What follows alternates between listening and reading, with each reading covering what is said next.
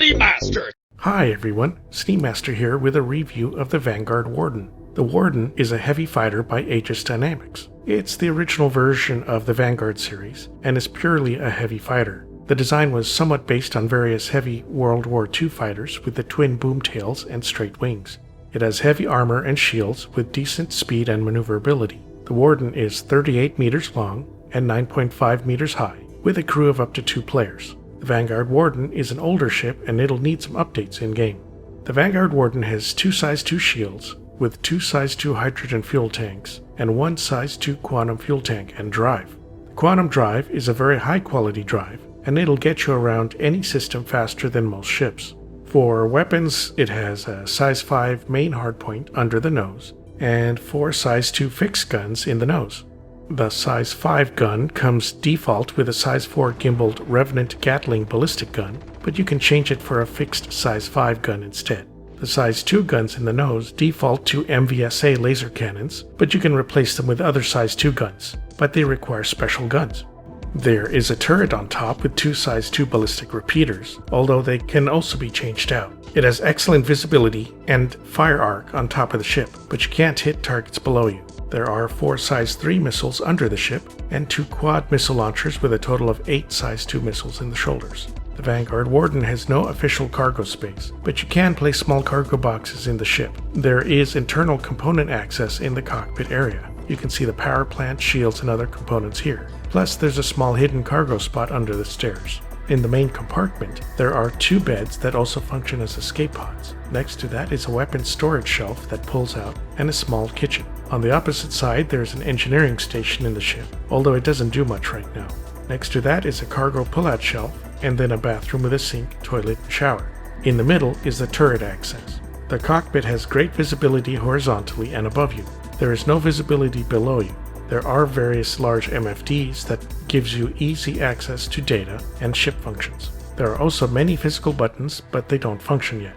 In the back of the ship is an airlock door, and then a ramp that leads to the ground. The landing gear on Vanguard ships are very heavy duty. The rear gear has tank treads due to all the weight of the ship.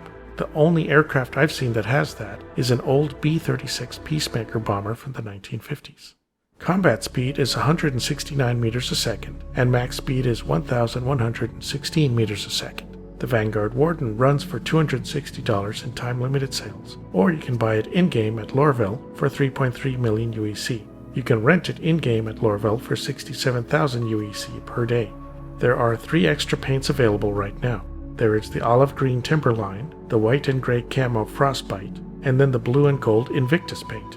The Vanguard Warden is a tough ship. It can withstand a lot of damage and keep on flying. CNG recently increased the health of the wings and engines so they don't get damaged easily. It is not as maneuverable as lighter fighters, but it has huge boost and weapon capacitors, so you either have to boom and zoom or boost a lot while turning. You have to watch out for the limited ballistic ammo on the main gun and turrets. I recommend switching those out for energy weapons if you plan on any extended combat, especially since the large weapon capacitors can keep weapons firing for a while. The Warden is designed for long-range combat, mostly for hit-and-run attacks or escorting other ships. It's great for intercepting and taking out bombers. The dual medium shields make it much tougher than any other existing fighter of any class. It's great for long-distance actions with the bathroom and kitchen in it as well. Compared to other Vanguard variants, it's more maneuverable than a Harbinger and has better default weapons and shield components than the Hoplite or Sentinel. It doesn't have torpedoes or EMP devices like the Harbinger or Sentinel, and there are no jump seats for troops either, unless you get someone to sit in the beds. It is faster than the Harbinger and slightly slower than the Sentinel. You could technically upgrade a Sentinel to have Warden components, plus the EMP if you have the money, and that might get you the best of both worlds. I'm hoping that CIG does a Gold Pass update on the Vanguard series soon, as they are amazing fighters and have such an amazing design. Due to the age of the ship, they still need a lot of refinement to match the current ship standards and fix some bugs. The Vanguard ships are some of my favorite combat ships and I love to fly them, although I'm biased more for the Vanguard Harbinger myself. Alright, so that's it for the Vanguard Warden. If you are interested in jumping into Star Citizen, go ahead and use my referral code to get an extra 5,000 in-game credits to spend on anything you like. If you enjoyed the video, don't forget to click the like and subscribe buttons to get more videos. Let me know if you want me to review a particular ship or item.